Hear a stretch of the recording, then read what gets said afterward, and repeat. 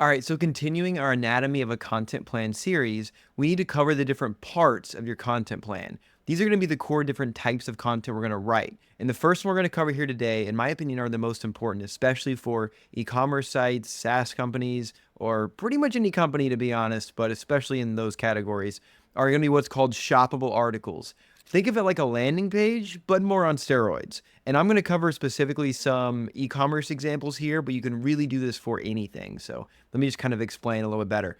This is going to be a page type that is fit under one of the broader categories. So for Shopify, it's under your /collections URL. And you can actually use meta fields to build these out. And we actually create these templates. So if you want to book a meeting, we'll basically create them for free for you. So just book a meeting, mention this course, and we can do that for you.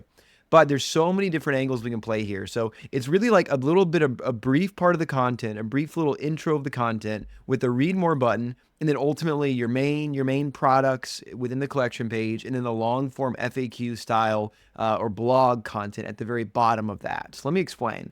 Pull up a couple examples here. We got Aloha, we got Itsy Ritzy, we got Awe Inspired, and we got a CBD company product. So cool.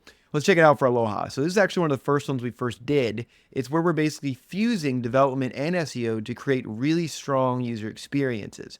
And so this was the first time we saw this. I was actually running a case study and I was reviewing all my case studies actually. And one thing that came out was, okay, what if we took a blog and didn't put it on the blog? Like a long form piece of content, would that perform better? Because I kept seeing this difference where some clients would react much better to the blog content we create than others. And I couldn't figure out really what that was until it was kind of like an aha moment. And I realized it all has to do with the site structure. So the structure of the websites, like for Shopify, for example, Google actually wants to rank a collection page.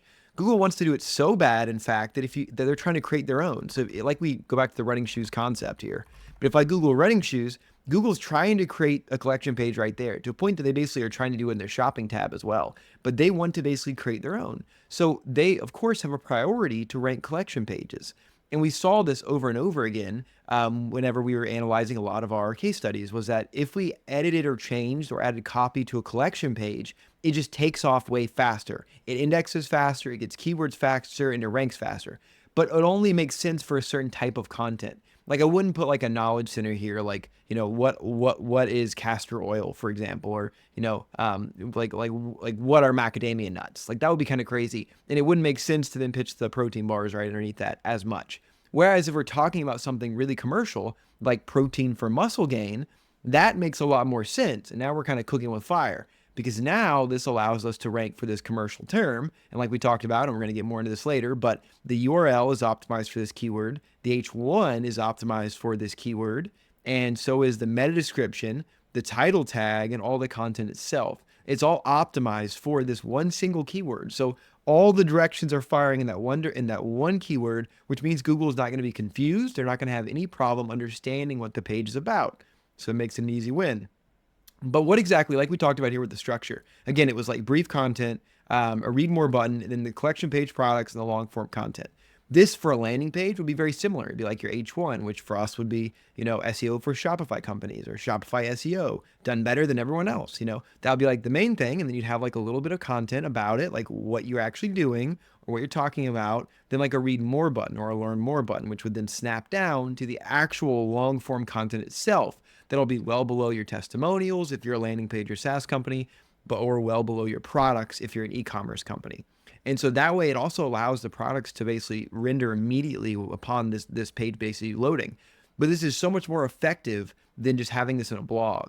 It's like a quasi hybrid SEO enhanced landing page, because Google knows landing pages and they don't want to rank them 9 times out of 10, especially if you're on Shopify, for the record, because that goes off of the /pages moniker or a URL structure, and Google doesn't like that. They love collections. Very clear. So really important to note, but like then this content, and we're kind of hindered by the theme as far as how it looks, but I mean, it's perfectly structured. H2, H2, H2, H3, H3 breaking up, and all these support the H2, the different protein powder types. We have even a photo in there, and we actually populate all these with meta fields. If you are a Shopify user, you'll understand what that is. And then, yeah, we put our little FAQs drop down here, which again, what do you think where do you think these come from? They come exactly from the search results like we talked about in earlier lessons.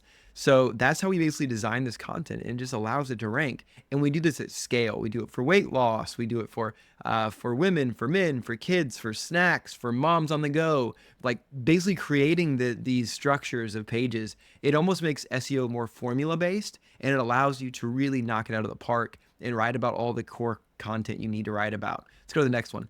Itsy Ritzy, for example, best pacifier for a newborn. So similar concept, a little bit content brief there, read more button, snaps below all the products, and boom, it has like very similar structure again. But guess what? This thing still ranks like no one's business. It's because we're changing up what Google is expecting. We're basically allowing to push this like new user experience based page, which is what Google wants. And that's what the future of SEO is basically, yes, incorporating long form content and giving Google that ammunition, but putting it in a very user friendly way. And this is the antithesis of that. It's basically taking what we know and love and what Google knows and love, collection pages, and matching it with the right intent that should be on collection pages and basically putting these on the site. And these do not have to be in the navigation. Critical point. They do not need to be in the navigation. You're never going to find these shoppable articles anywhere in here at all. These are all going to be pages that are live on the site, but they are not in your navigation because they don't have to be. They will still rank. They'll still be seen and crawled by Google, and you can ensure that by pushing it into the search console, which we'll talk about all that later in a future lesson. But they do not have to be in your navigation. This is a common myth. Even your blogs don't have to be in the navigation. If you're creating blogs and maybe you don't want to necessarily write, which might be what our macadamia nuts for, of course, for Aloha, because why would they? Everyone knows what that is, but Google doesn't know that we know what that is, which is crazy to say out loud, but that's exactly what we have to do. And you can put that in a blog, and you can basically backdate that blog into oblivion, but it will still be crawled and it will still be understood, and Google will still know when it was actually published. Google doesn't trust dates you put on your page most of the time but it knows whenever it sees that page. And so that is a true crawling date. So it's just important to note that it doesn't have to be forward facing. This can be behind the scenes and it can work very, very well. Classic example as well, Awe Inspired, really awesome jewelry company, gold bracelets for women. I think you get the idea now. The shoppable article concept is like highly commercial landing pages or collection pages if you're on e-commerce, or category pages, another word for it. But basically it's just like that. It's a little bit of content brief to satisfy what Google's looking for, then a read more, and then really basically breaks out, all the normal traditional long form content that we would normally write on a blog, for example. So really important, really critical, but definitely one of our newest, hottest, and most effective strategies that we're running today. So cool. On to the next one. We will talk about the next content pieces here shortly.